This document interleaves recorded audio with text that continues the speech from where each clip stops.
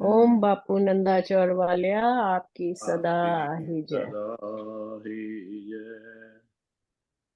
सबकी होगी हाजरी। हाँ हाँ, जो जी दर्शन रहंदा दे रहे ਉਹਦਾ हैं ठीक। विश्वास होने की ਤੁਹਾਡੇ। उनमें तो सबकी हो गई। चलो ठीक। बोलो मेरे सतगुरु महाराज की जय। बोलो बांके बिहारी लाल की जय। जय जय। श्रीमन नारायण नारायण हरि हरि। स्वामी नारायण नारायण हरि हरि। श्रीमन नारायण नारायण हरि हरि हरि। हरि स्वामी नारायण नारायण नारायण। हरि हरि। तेरी लीला सबसे न्यारी न्यारी। हरि हरि।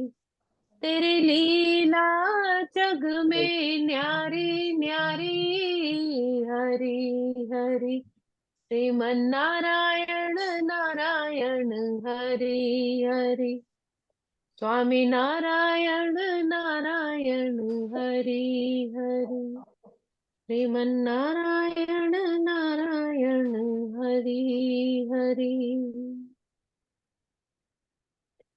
वसुदेव सुतं देवं कंस चाणूरमर्दनम् देवकी परमानन्दं कृष्णं वन्दे जगद्गुरुं। कृष्णं वन्दे जगद्गुरुम्। ॐ श्री परमात्मने नमः। श्रीमद्भगवत गीता अथ पंचमोऽध्यायः। हाँ जी, प्रभु की प्यारी साथ संगत जी, हम पांचवें अध्याय का श्रवण करते हुए इस गीता ज्ञान में 16वें श्लोक तक श्रवण किया। थोड़ा सा सारांश लेके फिर 17वें श्लोक में प्रवेश करेंगे। 16वें श्लोक में भगवान ने हमें क्या बताया। भगवान अपने मुखारविंद से कह रहे हैं कि जो लोग उस परमात्मा को भूल गए हैं, जो अपने में ही मगन है, वो निश्चित रूप से मोहग्रस्त है। किंतु जो परमात्मा को याद करते हैं वो मोहग्रस्त नहीं है। अर्थात मोह, इस मोह को कैसे दूर किया जा सकता है, इस अविद्या को कैसे दूर किया जा सकता है, इसके लिए हमें उस पूर्ण गुरु की खोज करनी होती है और उसी से ही सीखना होता है, ताकि हमारे मन की यह अज्ञानता दूर हो सके। ईश्वर के प्रतिनिधि की से भेंट होने पर ही ईश्वर और ईश्वर के साथ अपने संबंध को सही सही जान सकते हैं। ईश्वर के प्रतिनिधि अर्थात हमारे परम गुरु, गुरुजन, साधुजन, जिनसे हमें ज्ञान प्राप्त होता है, क्योंकि वो ही बता सकते हैं कि इस जीवात्मा का उस परमात्मा से क्या संबंध है। और ईश्वर का प्रतिनिधि कभी भी अपने आप को ईश्वर नहीं कहता। जो सच्चा गुरु होगा, जो परम पिता परमेश्वर को जानता है, वो स्वयं को ईश्वर कभी नहीं मानता। यद्यपि उसका सम्मान ईश्वर की ही भांति है, क्योंकि जो पूर्ण गुरु है अपने आप में, वो भी हमारे लिए ईश्वर की ही भांति है, क्योंकि उसी से ही हमें ईश्वर के बारे में ज्ञान मिलता है।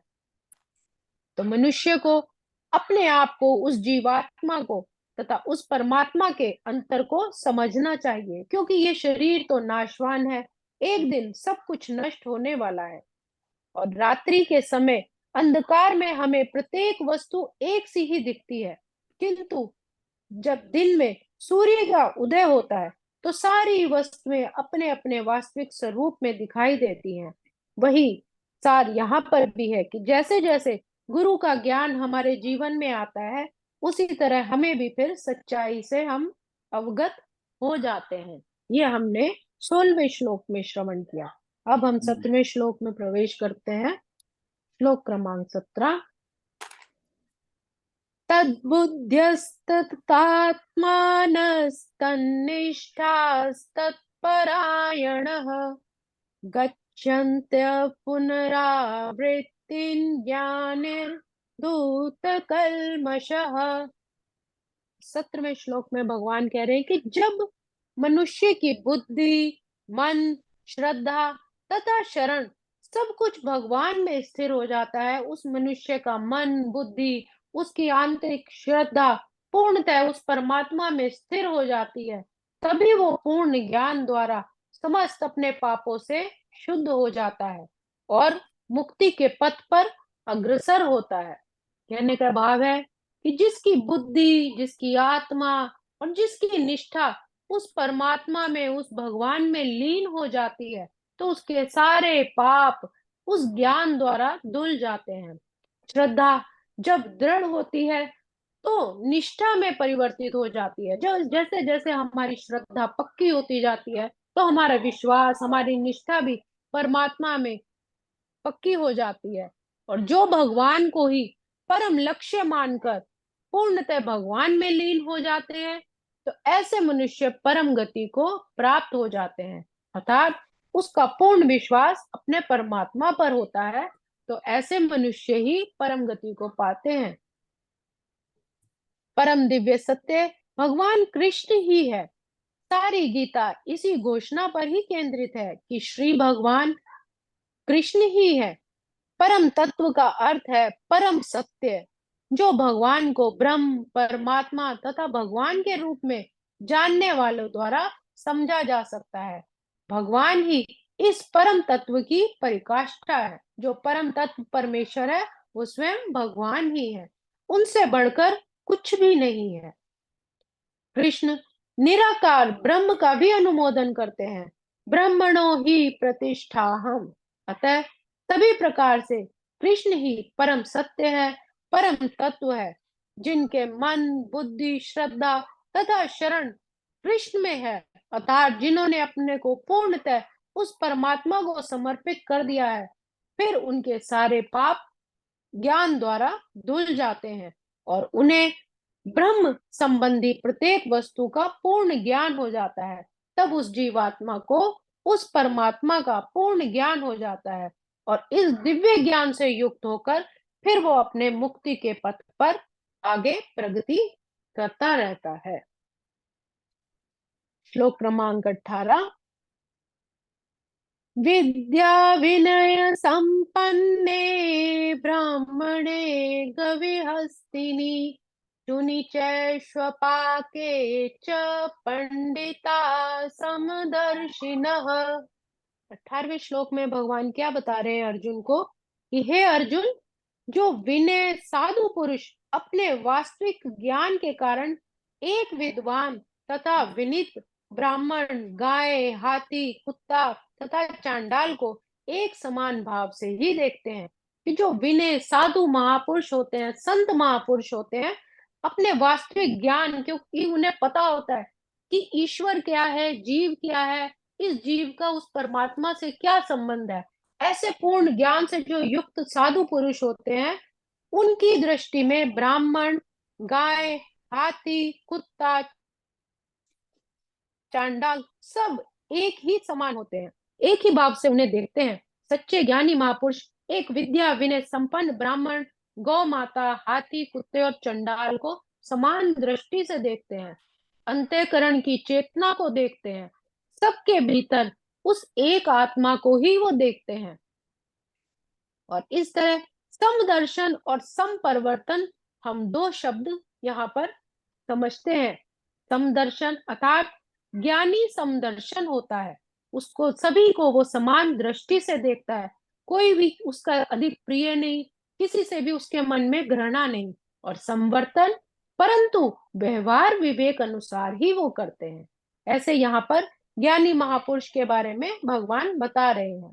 कृष्ण भावना भावित व्यक्ति अर्थात जिसकी परमात्मा में लीन भक्ति है, वो किसी जाति में भेद नहीं करता। सामाजिक दृष्टि से ब्राह्मण, चांडाल भिन्न भिन्न हो सकते हैं, अथवा योनि के अनुसार कुत्ता, गाय, हाथी भिन्न भिन्न हो सकते हैं, किंतु विद्वान योगी की दृष्टि में ये शरीरगत भेद अर्थहीन है, क्योंकि उनके अंदर आत्मा तो एक ही है, लेकिन अपने कर्मों के अनुसार वो अलग अलग योनि में उन्होंने जन्म लिया है।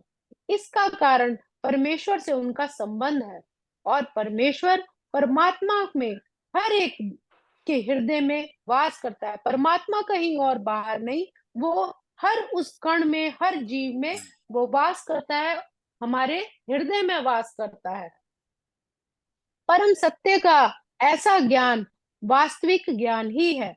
जिसको इस परम सत्य का पता चल गया, भगवान कहते हैं वही ज्ञानी पुरुष है, वही वास्तविक ज्ञान है। जहां तक भिन्न जातियों और भिन्न योनियों में शरीर का संबंध है, भगवान सबों पर समान रूप से दयालु हैं, क्योंकि वे प्रत्येक जीव को अपना मित्र मानते हैं, और फिर भी जीवों की समस्त परिस्थितियों में वो अपना परमात्मा स्वरूप बनाए रखते हैं। जितने भी जीव है, प्राणी है, सबके अंदर उस परमात्मा का ही स्वरूप विद्यमान है। परमात्मा रूप में हमें तो अलग अलग योनि लग सकते हैं कि ये पशु योनि है, ये ब्राह्मण है, ये गाय है, ये हाथी है, लेकिन विद्वान जो होते हैं, जिनको आंतरिक ज्ञान होता है, जिन्हें उस परमपिता परमेश्वर का ज्ञान होता है, उनकी दृष्टि में सभी जीव एक जैसे हैं, सबके अंदर उस परमात्मा का वास होता है, क्योंकि वो अपने आंतरिक दृष्टि से उनको देख लेते हैं। परमात्मा रूप में भगवान चांडाल तथा ब्राह्मण दोनों में उपस्थित है। यद्यपि इन दोनों के शरीर एक से नहीं है। मतलब हमारे लिए अगर हम अपनी दृष्टि से देखें तो हमें चंडाल और ब्राह्मण दोनों अलग अलग दिखेंगे, लेकिन जिनको पूर्ण ज्ञान है, ऐसे साधु महापुरुष, ज्ञानी संत महापुरुष जितने भी हुए हैं, हमारे जो जो भी महापुरुष हुए हैं, उनकी दृष्टि में ये शरीर दोनों अलग अलग हैं, किंतु इनके अंदर एक ही आत्मा का वास है। शरीर तो प्रकृति के गुणों के द्वारा उत्पन्न हुए हैं, किंतु शरीर के भीतर आत्मा तथा परमात्मा समान आध्यात्मिक गुण वाले हैं। ये शरीर अलग हो सकते हैं, उनका स्वभाव अलग हो सकता है, उनका व्यवहार अलग हो सकता है, लेकिन उनके अंदर जो आत्मा है, उसका परमात्मा से आध्यात्मिक गुण वही संबंध है। परंतु आत्मा तथा परमात्मा की यह समानता उन्हें मात्रात्मक दृष्टि से समान नहीं बनाती, क्योंकि व्यष्टि आत्मा किसी विशेष शरीर में उपस्थित होता है।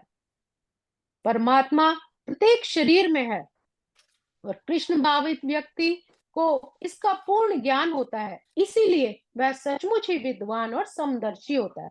हम अलग अलग समझ सकते हैं अपने विवेक बुद्धि के कारण, क्योंकि हम समझ ही नहीं सकते कि इस जीव हमारे लिए ये जानवर है, हमारे लिए ये मनुष्य है। लेकिन जब विद्वान पुरुष होते हैं, वो अपनी समान दर्शिता से उन्हें पता चल जाता है कि हर एक के हृदय में एक समान वही परमात्मा का वास है।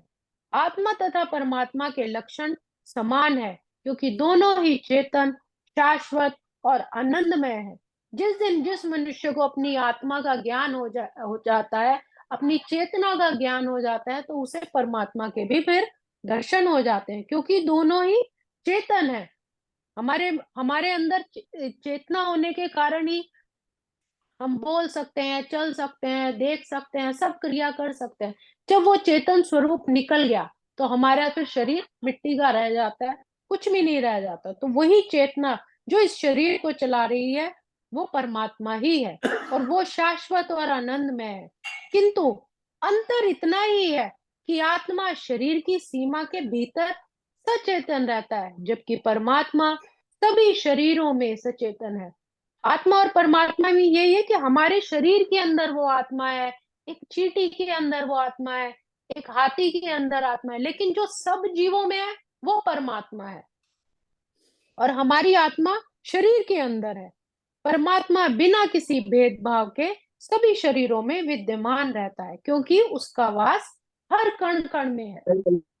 ईश्वर के प्रति जो भ्रांति है वो कैसे जाएगी, कि आत्मा का परमात्मा से क्या संबंध है, वह गुरु की वाणी से ही जाएगी। गुरु ने जो ज्ञान दिया है उसी से ही जाएगी। ज्ञानेश्वर महाराज जी के चरणों में और हम अपने गुरुदेव जी के चरणों में कोटि कोटि प्रणाम करते हैं, जिनके द्वारा ही हम ज्ञान का, हमारी बुद्धि का जो अज्ञान है, उन्हीं के ही प्रवचनों द्वारा दूर हो सकता है। आज के श्लोक को हम यहीं विराम देंगे। ओम श्री कृष्णार्पणमस्तु। हरे नमः। हरे नमः, हरे नमः। छोड़कर संसार जब तू जाएगा, कोई न साथी तेरा साथ निभाएगा। छोड़कर संसार जब तू जाएगा, कोई न साथी तेरा साथ निभाएगा। यह सत्संग की है गंगा, तू इसमें लगा ले गोता, वरना इस दुनिया से तू फिर जाएगा एक दिन रोता, फिर पछताएगा। कोई न साथी तेरा साथ निभाएगा। छोड़कर संसार जब तू जाएगा, को, कोई न साथी तेरा साथ निभाएगा। क्यों करता मेरा मेरा ये दुनिया रैन बसेरा, यहाँ बिल्कुल। कोई न रह पाता है चंद दिनों का डेरा, हंस उड़ जाएगा। कोई न साथी तेरा साथ निभाएगा। निभाएगा। छोड़कर संसार जब तू जाएगा, कोई न साथी तेरा साथ निभाएगा। कोई न साथी तेरा साथ निभाएगा। लुभा के बिहारी बिहारी लाल लाल की की जय। जय। मेरे सतगुरु अर्जुन महाराज देवराज की की जय। राधा रानी की जय। अर्जुन जी महाराज की जय। वाह वाह, जय हो। बहुत बहुत जय की जय। धन्यवाद संगीता जी, बहुत सुंदर सारी आपका संगत का बहुत बहुत सुनाने धन्यवाद।